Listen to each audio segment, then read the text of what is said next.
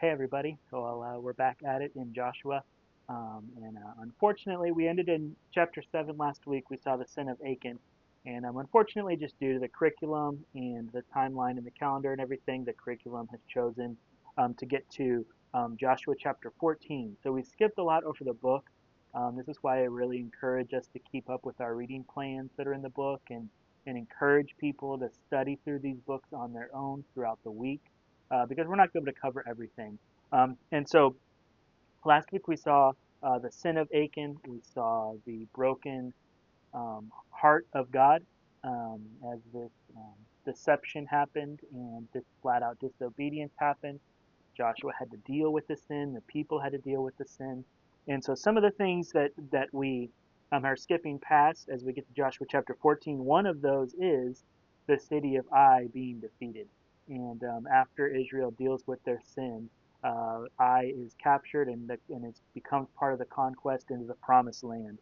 We also see Gibeon's deception. We see the really cool story about the sun standing still. And then we see a lot of accounts and stories about the conquest of the land and the distribution of the land begins to take place in the chapters in between last week and this week. And then when we get to chapter 14, we come back to this character, Caleb.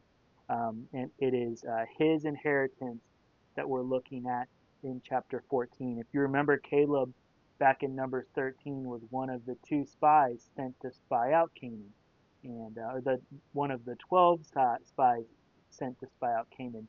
Joshua and Caleb were the only two that came back on a positive note, trusting God that He would give them the land. And so Joshua and Caleb were rewarded by being able to enter the promised land. And so this is a really cool story in the grand story of the nation of Israel.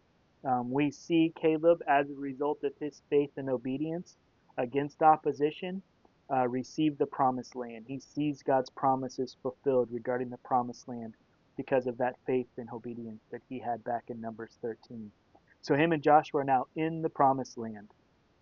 This example of Caleb in Scripture is a lot to help us, and I think, believe in through God's timing and continue to trust and believe despite our inability to fully understand God's timing, that we continue to trust Him and we continue to have our faith in Him, knowing that He keeps His promises, even if it doesn't fit in with our timeline. And we can always trust Him to do so. Because we also have to think back through, there's a lot of instances like this in Scripture. But the big primary one that I think of is the Messiah. For thousands of years, the Messiah was promised. And they waited for the Messiah to come. And it took thousands upon thousands of years for Jesus to come. But we see in Galatians 4:4 that Jesus arrived just at the right time. We can also think of that through his second coming, as we long for his return, as we long for evil to be destroyed, as we long to escape this broken world and our broken bodies, as we long to do those things and wish that Jesus would return now, we must continue to trust God's timing. And we must continue to be faithful in our obedience during that time. And we can be obedient and faithful because God keeps His promises. We know that one day Jesus will return, and so we can be faithful in the meantime. In verse 8 of Joshua 14, we see Caleb recounting these events as a spy. And one of the interesting things that stood out to me in this lesson is he mentions that the other 10 spies, when they came back with their negative report of the promised land of Canaan, is that in verse 8, Caleb said that those spies caused the Israelites to lose heart. And hopefully those words ring a bell because we've seen them a few times in one way or another throughout the story of Joshua, the book of Joshua. First of all, we saw it back with Rahab, when the spies came to Rahab and she started to proclaim her faith in God. She reported that all of these cities and nations have lost heart against Israel because of who God is and because of what they have seen Him do through the nation of Israel. So those nations lost heart. They melted away, is another way to phrase that. We also saw this happen to Israel last week. After they were defeated at Ai, They were expecting an easy victory, and they were humiliated in defeat, and they lost heart. They melted away because of that.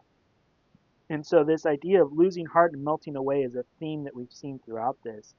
But we see that when we, like the 10 spies, aren't looking at our circumstances through the promises of God and trusting that He will keep those promises, it's so easy for us to lose heart.